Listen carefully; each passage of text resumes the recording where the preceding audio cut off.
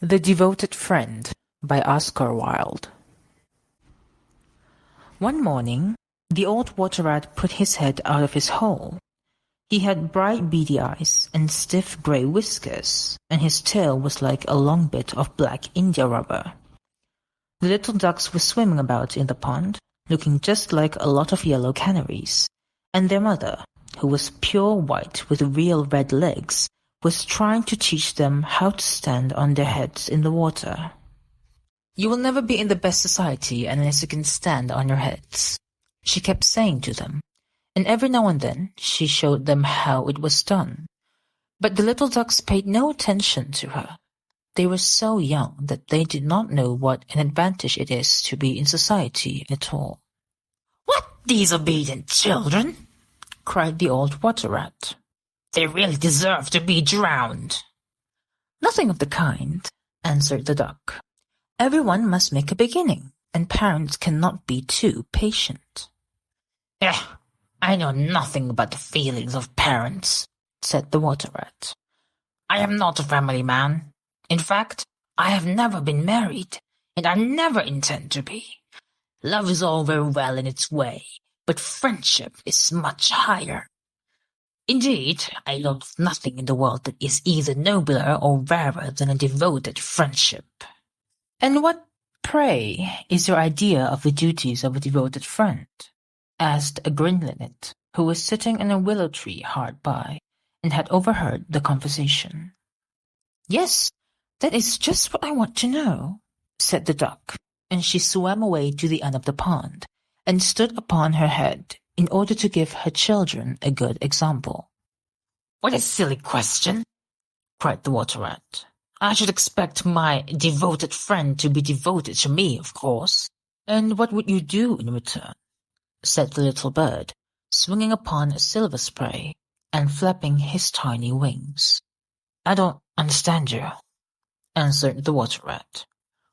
"Let me tell you a story on the subject," said the linnet. "Is the story about me?" asked the water rat. "If so, I will listen to it, for I am extremely fond of fiction." "It is applicable to you," answered the linnet, and he flew down, and alighting upon the bank, he told the story of the devoted friend. "Once upon a time," said the linnet, "there was an honest little fellow named Hans." "Was he very distinguished?" asked the water rat. "No," answered the linnet. "I don't think he was distinguished at all, except for his kind heart and his funny round good-humoured face. He lived in a tiny cottage all by himself, and every day he worked in his garden. In all the countryside there was no garden so lovely as his. Sweet William grew there, and gillyflowers, and shepherd's purses, and fair maids of France. There were damask roses and yellow roses, lilac crocuses, gold, purple, violets, and white, columbine and lily smock, marjoram and wild basil, the cowslip and the flower de luce, the daffodil and the clove pink bloomed or blossomed in their proper order as the months went by, one flower taking another flower's place, so that there were always beautiful things to look at, and pleasant odors to smell. Little Hans had a great many friends, but the most devoted friend of all was Big Hugh the miller. Indeed, so devoted was the rich miller to little Hans, that he would never go by his garden without leaning over the wall and plucking a large nosegay, or a handful of sweet herbs, or filling his pockets with plums and cherries if it was the fruit season. Real friends should have everything in common, the miller used to say, and little Hans nodded and smiled, and felt very proud of having a friend with such noble ideas. Sometimes, indeed, the neighbors thought it strange that the rich miller never gave little Hans anything in return, though he had 100 sacks of flour stored away in his mill, and 6 milch cows, and a large flock of woolly sheep. But Hans never troubled his head about these things, and nothing gave him greater pleasure than to listen to all the wonderful things the miller used to say about the unselfishness of true friendship. So little Hans worked away in his garden. During the spring, summer, and the autumn, he was very happy. But when the winter came, and he had no fruit or flowers to bring to the market, he suffered a good deal from cold and hunger, and often had to go to bed without any supper but a few dried pears or some hard nuts. In the winter, also, he was extremely lonely, as the miller never came to see him then. "There is no good in my going to see little Hans as long as the snow lasts," the miller used to say to his wife, "for when people are in trouble they should be left alone, and not be bothered by visitors. That at least is my idea about friendship, and I am sure I am right. So I shall wait till the spring comes, and then I shall pay him a visit, and he will be able to give me a large basket of primroses, and that will make him so happy." "You are certainly very thoughtful about others," answered the wife, as she sat in her comfortable armchair by the big pine wood fire. "Very thoughtful indeed. It is quite a treat to hear you talk about friendship. I am sure the clergyman himself could not say such beautiful things as you do, though he does live in a 3-storied house and wear a gold ring on his little finger." "But could we not ask little Hans up here?" said the miller's youngest son. "If poor Hans is in trouble, I will give him half my porridge, and show him my white rabbits." "What a silly boy you are!" cried the miller. "I really don't know what is the use of sending you to school. You seem not to learn anything. Why, if little Hans came up here and saw our warm fire, and our good supper, and our great cask of red wine, he might get envious, and envy is a most terrible thing. It would spoil anybody's nature. I certainly will not allow Hans' nature to be spoiled. I am his best friend, and I will always watch over him, and see that he is not led into any temptations. Besides, if Hans came here, he might ask me to let him have some flour on credit, and that I could not do. Flour is one thing, and friendship is another, and they should not be confused. Why, the words are spelled differently, and mean quite different things. Everybody can see that." "How well you talk," said the miller's wife, pouring herself out a large glass of warm ale. "Really, I feel quite drowsy. It's just like being in a church." "Lots of people act well," answered the miller, "but very few people talk well, which shows that talking is much more the difficult thing of the two, and much the finer thing also." And he looked sternly across the table at his little son, who felt so ashamed of himself that he hung his head down, and grew quite scarlet, and began to cry into his tea. However, he was so young that you must excuse him. "Is that the end of the story?" asked the water rat. "Certainly not," answered the linnet. "That is the beginning." "Then you are quite behind the age," said the water rat. "Every good storyteller nowadays starts with the end, and then goes on to the beginning, and concludes with the middle. That is the new method. I heard all about it the other day from a critic who was walking around the pond with a young man. He spoke of the matter at great length, and I am sure he must have been right, for he had blue spectacles and bald head, and whenever the young man made any remark, he always answered, 'Pooh!' But pray go on with your story." "I like the miller immensely. I have all kinds of beautiful sentiments myself, so there is a great sympathy between us." "Well," said the linnet, hopping now on one leg and now on the other. As soon as the winter was over, and the primroses began to open their pale yellow stars, the miller said to his wife that he would go down and see little Hans. "Why, what a good heart you have!" cried his wife. "You are always thinking of others. And mind you take the big basket with you for the flowers." So the miller tied the sails of the windmill together with a strong chain, and went down the hill with the basket on his arm. "Good morning, little Hans," said the miller. "Good morning," said Hans, leaning on his spade and smiling from ear to ear. "And how have you been all the winter?" said the miller. "Well, really," cried Hans, "it is very good of you to ask, but very good indeed. I am afraid I had rather a hard time of it, but now the spring has come, and I am quite happy, and all my flowers are doing well." "We often talked of you during the winter, Hans," said the miller, "and wondered how you were getting on." "That was kind of you," said Hans. "I was half afraid you had forgotten me." "Hans, I am surprised at you," said the miller. "Friendship never forgets. That is the wonderful thing about it. But I'm afraid you don't understand the poetry of life. How lovely your primroses are looking, by the by."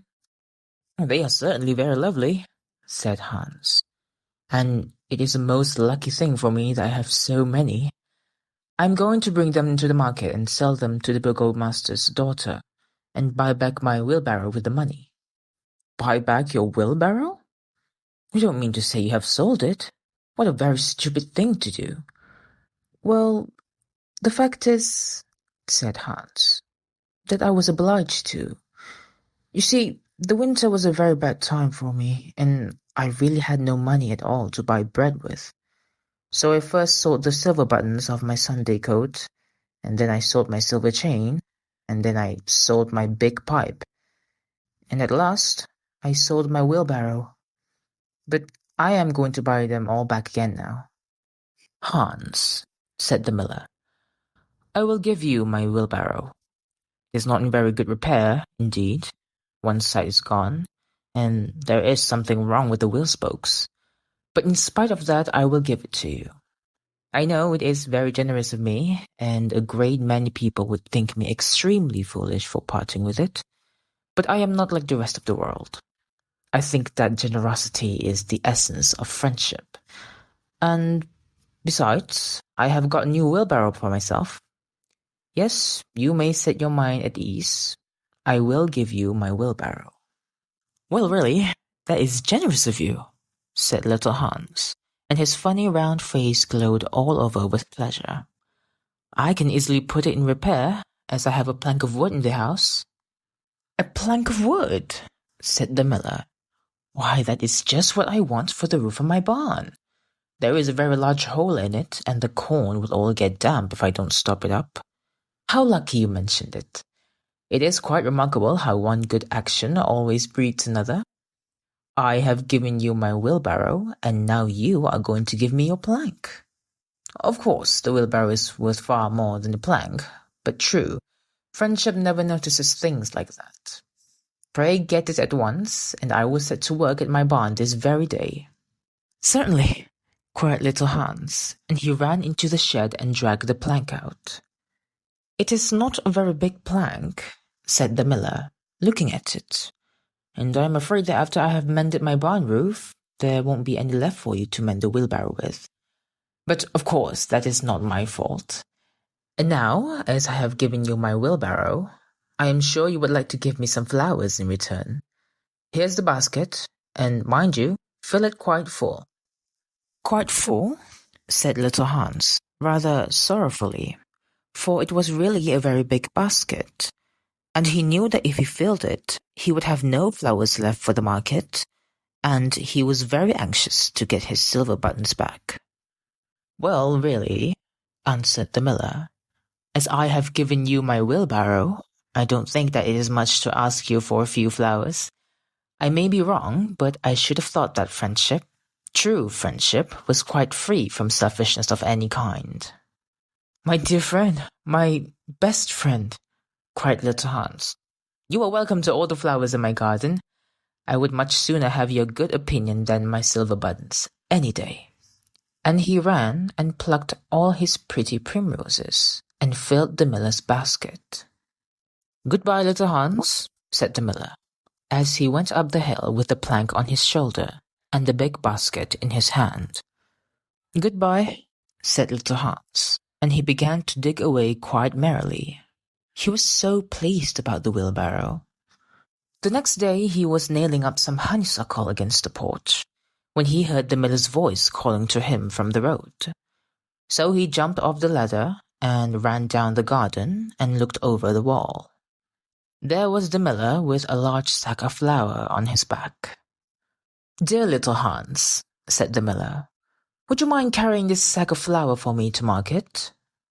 "Oh, I am so sorry," said Hans, "but I am really very busy today. I have got all my creepers to nail up, and all my flowers to water, and all my grass to roll." "Well, really," said the miller, "I think that, considering that I am going to give you my wheelbarrow, it is rather unfriendly of you to refuse." "Oh, don't say that," cried little Hans. "I wouldn't be unfriendly for the whole world." And he ran in for his cap, and trudged off with a big sack on his shoulders. It was a very hot day, and the road was terribly dusty.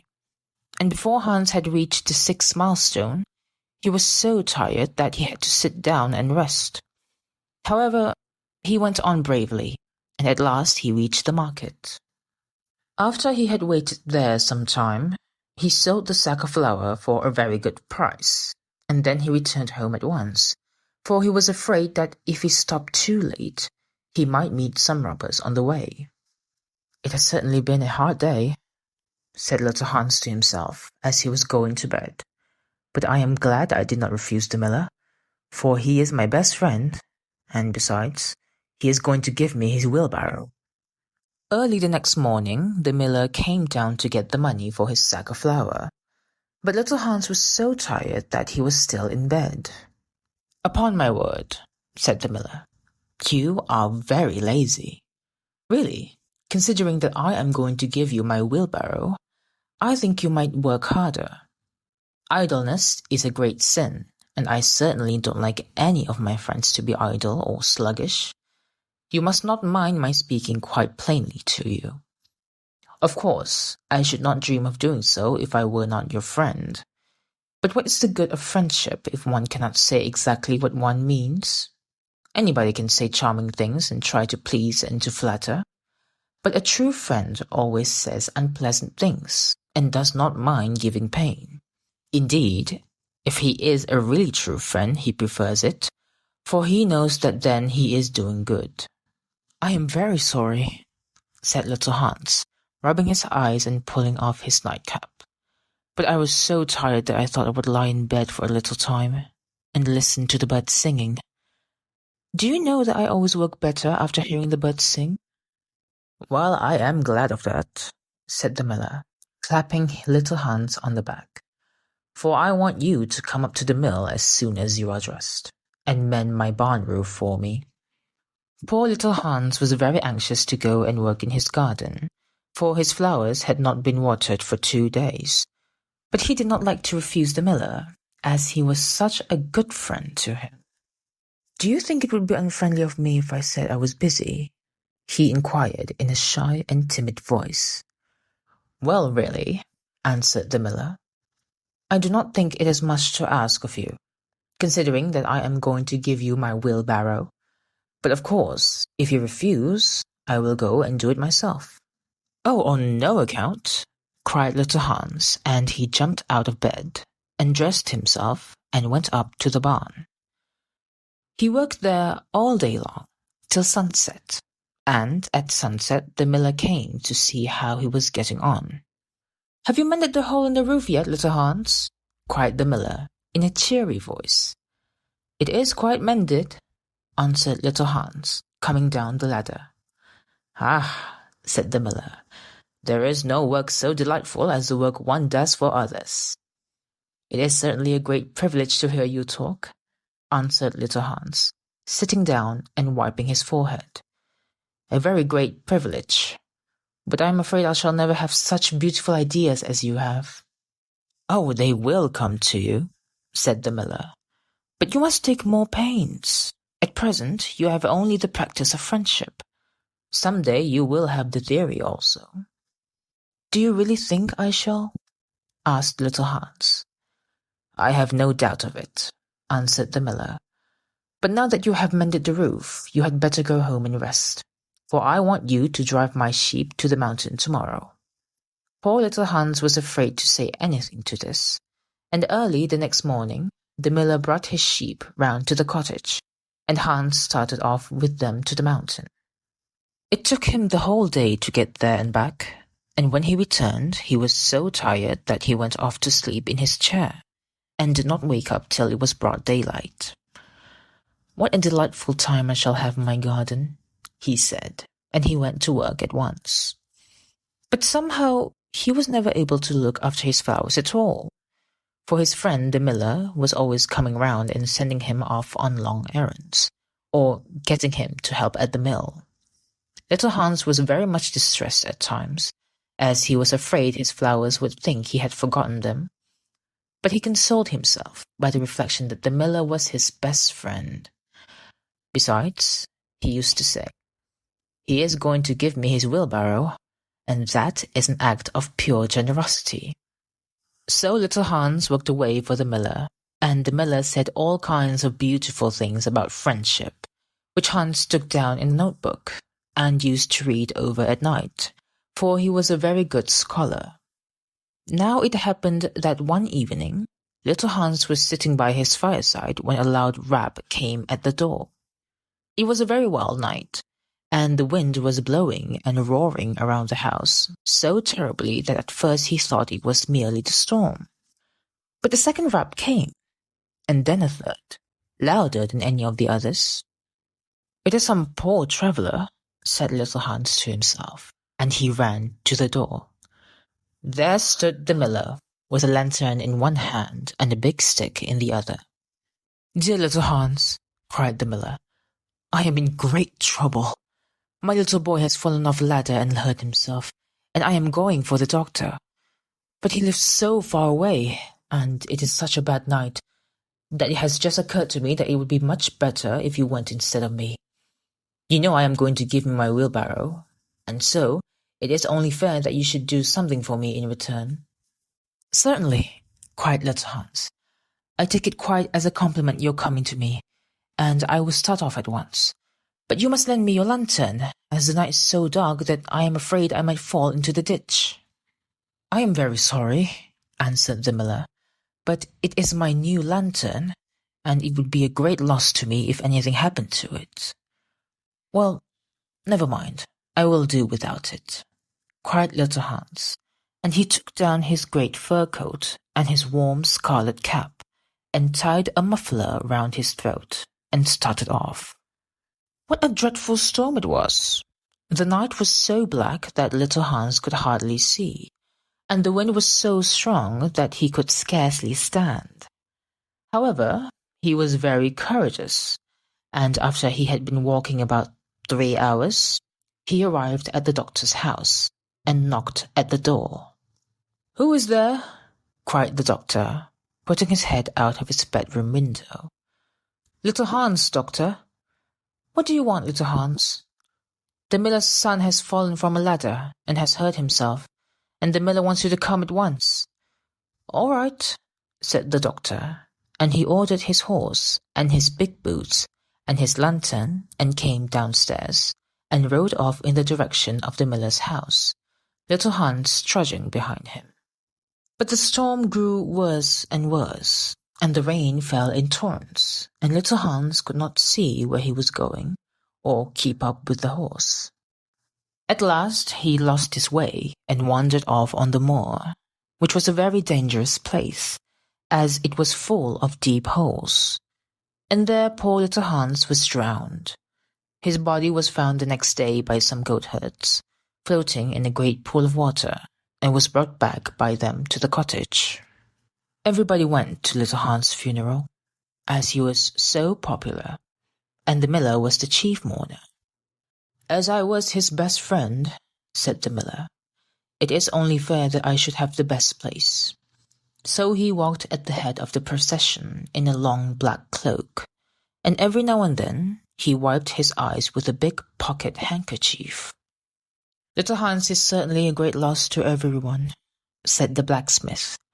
When the funeral was over, and they were all seated comfortably in the inn, drinking spiced wine and eating sweet cakes. "A great loss to me, at any rate," answered the miller. Why, I had as good as given him my wheelbarrow, and now I really don't know what to do with it. It is very much in my way at home, and it is in such bad repair that I could not get anything for it if I sold it. I will certainly take care not to give away anything again. One always suffers for being generous." "Well," said the Water Rat, after a long pause. "Well, that is the end," said the Linnet. "But what become of the miller?" asked the Water Rat. "Oh, I really don't know," replied the Linnet, "and I am sure that I don't care." "It is quite evident, then, that you have no sympathy in your nature," said the Water Rat. "I am afraid you don't quite see the moral of the story," remarked the Linnet. "The what?" screamed the Water Rat. "The moral. Do you mean to say that the story has a moral?" "Certainly," said the Linnet. "Well, really," said the Water Rat, in a very angry manner, "I think you should have told me that before you began. If you had done so, I certainly would not have listened to you. In fact, I should have said pooh, like the critic. However, I can say it now." So he shouted out pooh at the top of his voice, gave a whisk with his tail, and went back into his hole. "And how do you like the Water Rat?" asked the Duck, who came paddling up some minutes afterwards. "He has a great many good points, but for my own part I have a mother's feelings, and I can never look at a confirmed bachelor without the tears coming into my eyes." "I am rather afraid that I have annoyed him," answered the Linnet. "The fact is, I told him a story with a moral." "That is always a very dangerous thing to do," said the Duck. "And I quite agree with her,"